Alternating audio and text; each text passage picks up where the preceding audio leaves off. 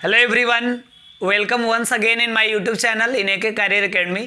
तो देखिए, अभी हम लोग क्लास 10th के मैथ्स को पढ़ रहे हैं, जिसमें आज के क्लास में हम एक नया चैप्टर स्टार्ट करने वाले हैं, यूनिट 5, जो समांतर श्रेणी है यानी अरिथमेटिक प्रोग्रेशन।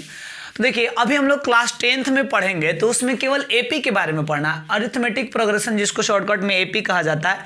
तो 10 में हमें केवल एपी के बारे में पढ़ना, लेकिन आगे जब इंटरमीडिएट का मैथ्स आप लोग पढ़ेंगे तो वहाँ पे जो सीरीज होता है यानी श्रृंखला, वो 3 प्रकार का मेनली होता है: अरिथमेटिक प्रोग्रेशन, ज्योमेट्रिक प्रोग्रेशन और हार्मोनिक प्रोग्रेशन। यानी एपी, जीपी और एचपी, ये तीनों को पढ़ना होगा। तो अभी आज कॉन्सेप्ट का क्लास है, एपी का शुरुआती सबसे पहला क्लास है, इसलिए हम समझेंगे कि एपी क्या होता है, जीपी क्या होता है, एचपी क्या होता है।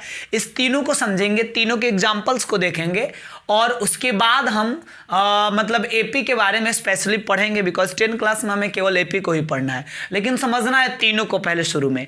तो आइए स्टार्ट करते हैं। सबसे पहले हम बात करेंगे कि एपी होता क्या है।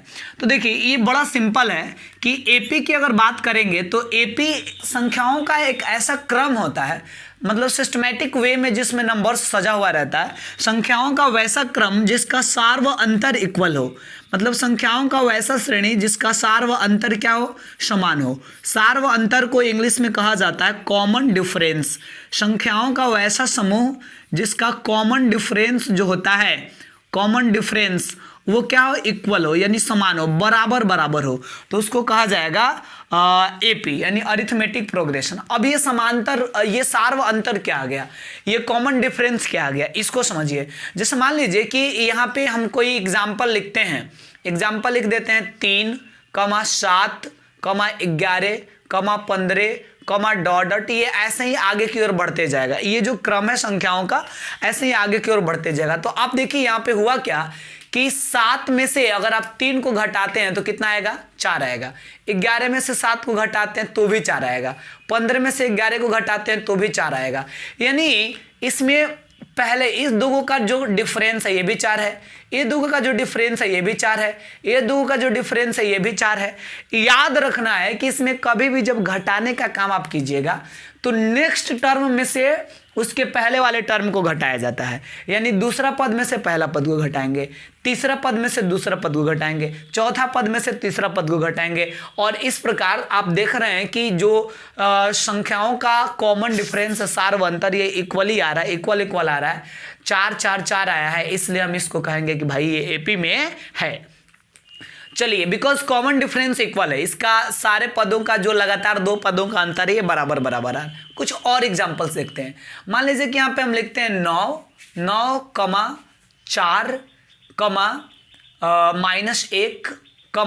-1, -6, इस प्रकार डॉट डॉट, ये आगे की ओर बढ़ते रहेगा। अब इसमें आपको कॉमन डिफरेंस देखना है कि इसका इक्वल है कि नहीं। जैसे मान लीजिए कि 4 है और यहाँ पे क्या है, 9 है, तो 4 में से जब आप 9 को घटाएंगे तो आएगा क्या, -5।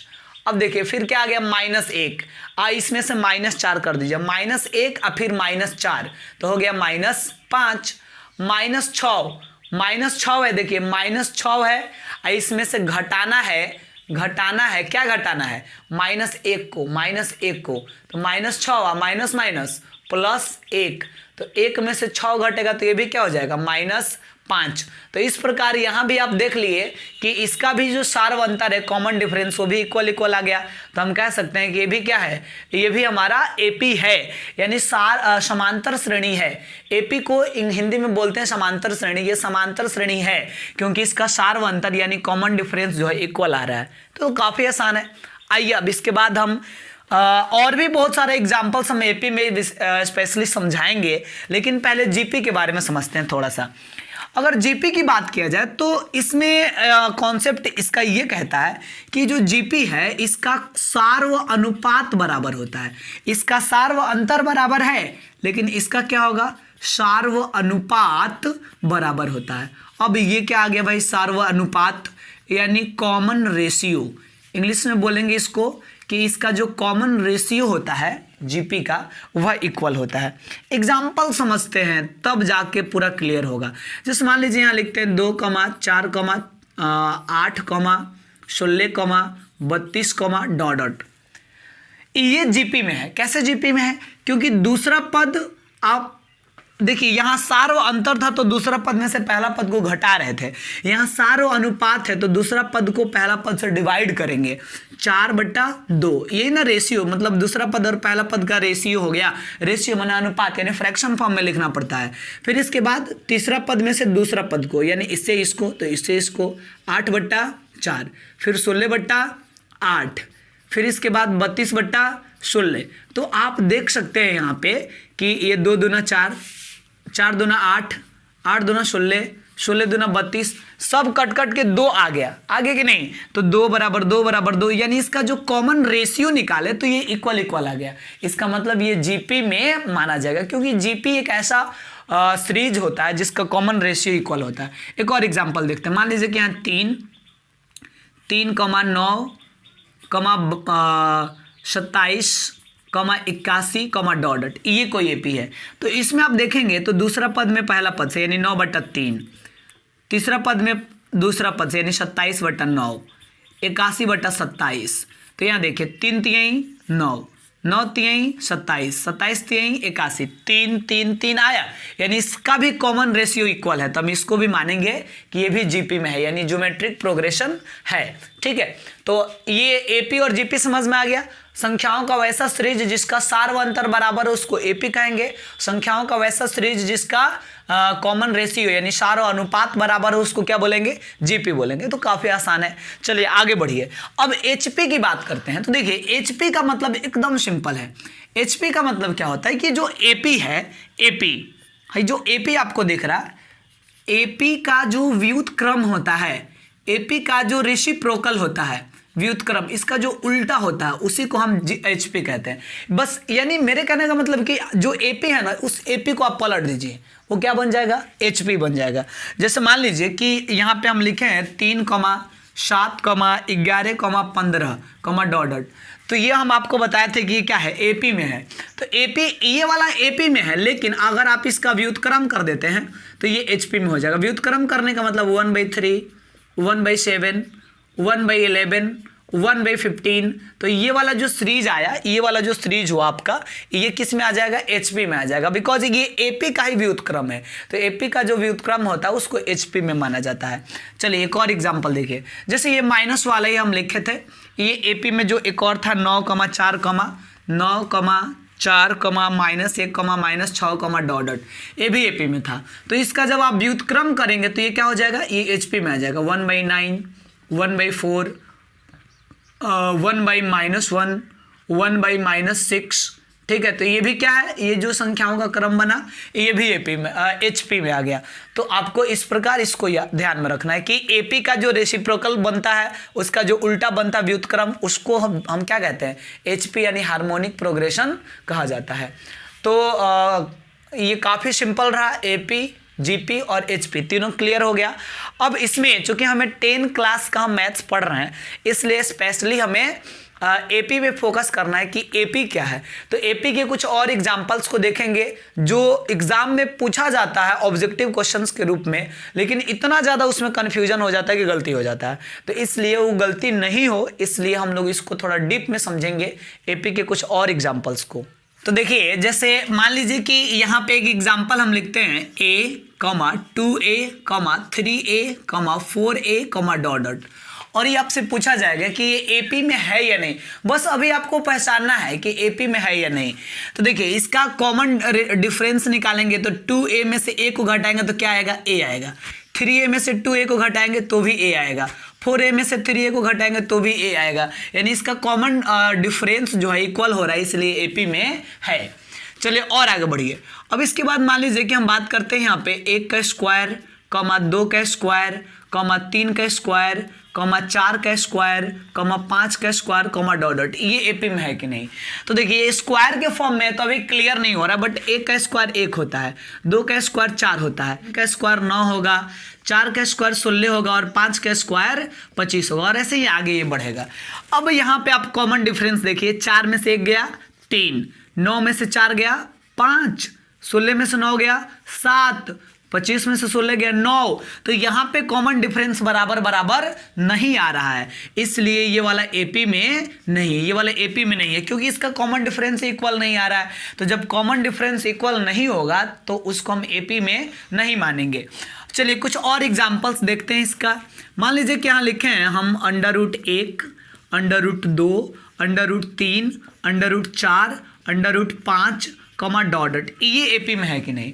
तो देखिए अगर यहाँ पे रूट नहीं होता, मतलब ये जो अंडर रूट है ये नहीं होता, तो एक एक बढ़ रहा है सब में, 2 में से 1 गया 1, 3 में से 2 गया 1, 4 में से 3 गया 1, 5 में से 4 गया 1, बराबर बराबर होता। अगर अंडर रूट नहीं होता तब वो एपी में होता, लेकिन ये रूट के फॉर्म में है इसलिए एपी में नहीं है, क्योंकि सबका वैल्यू अलग अलग होता है। इसका वैल्यू 1 होगा, इसका वैल्यू 1.414 होता है, इसका वैल्यू होता है 1.732, इसका वैल्यू 2 होता है। तो आप देख सकते हैं इसमें से इसको घटाइएगा, इसमें से इसको घटाइएगा, इसमें से इसको घटाइएगा, तो सब अलग अलग आएगा, कोई बराबर नहीं आएगा, इसलिए ये वाला भी एपी में नहीं है।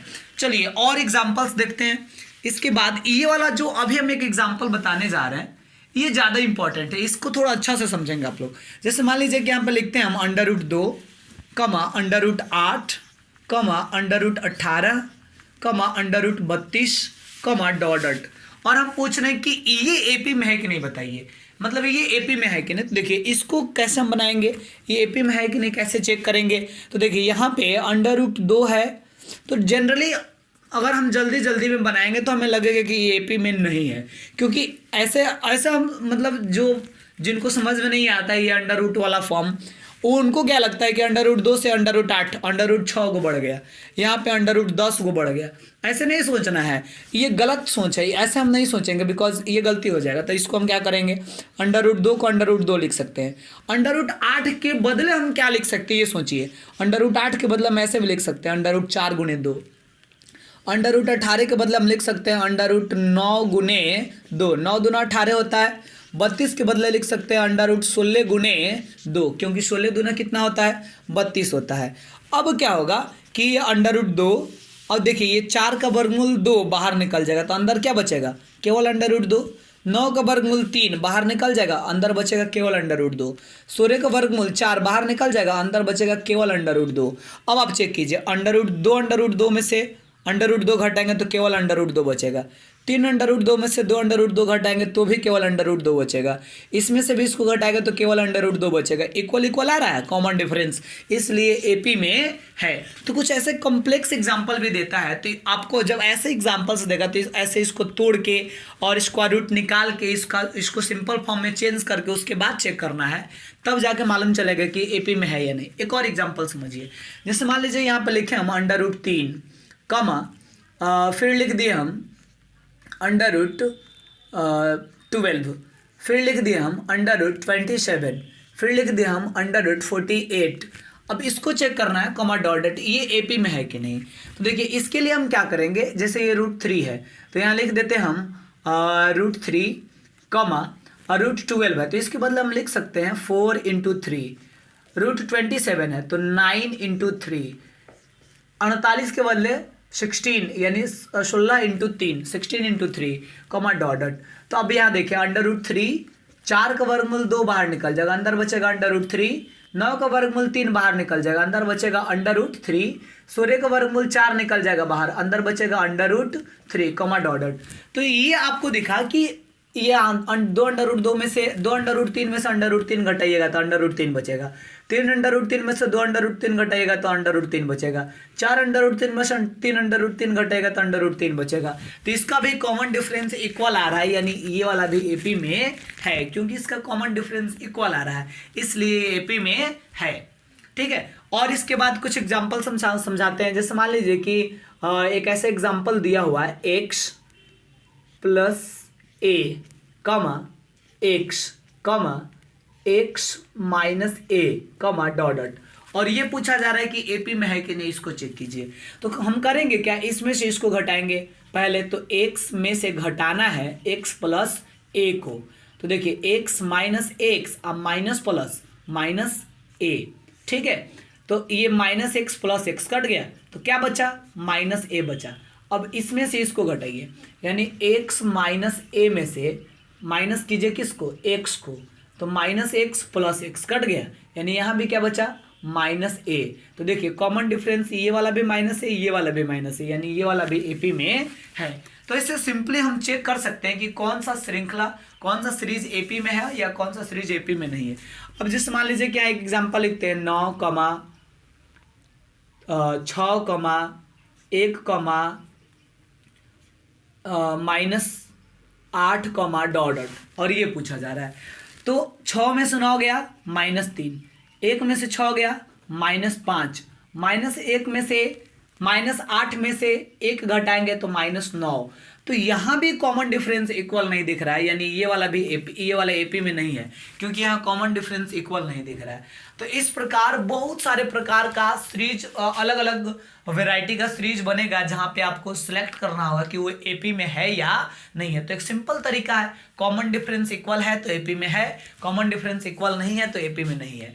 और ऑब्जेक्टिव क्वेश्चन यहाँ से बड़ा पूछा जाता है, निम्नलिखित में कौन एपी में है, 4 ऑप्शन देगा, कोई एक सेलेक्ट करना है, निम्नलिखित में कौन एपी में नहीं है। तो आप ये कॉन्सेप्ट ध्यान में रखेंगे। तो आज हम लोग इतना ही रहने देंगे, एपी के जो बेसिक कॉन्सेप्ट था उसको हम लोग समझ लिए, और अगले क्लास में हम लोग एनसीईआरटी का एक्सरसाइज 5.1 जो चैप्टर है उसको स्टार्ट करेंगे, और एनसीईआरटी में जो भी क्वेश्चंस है एक्सरसाइज 5.1 में उसको हम लोग सॉल्व करेंगे।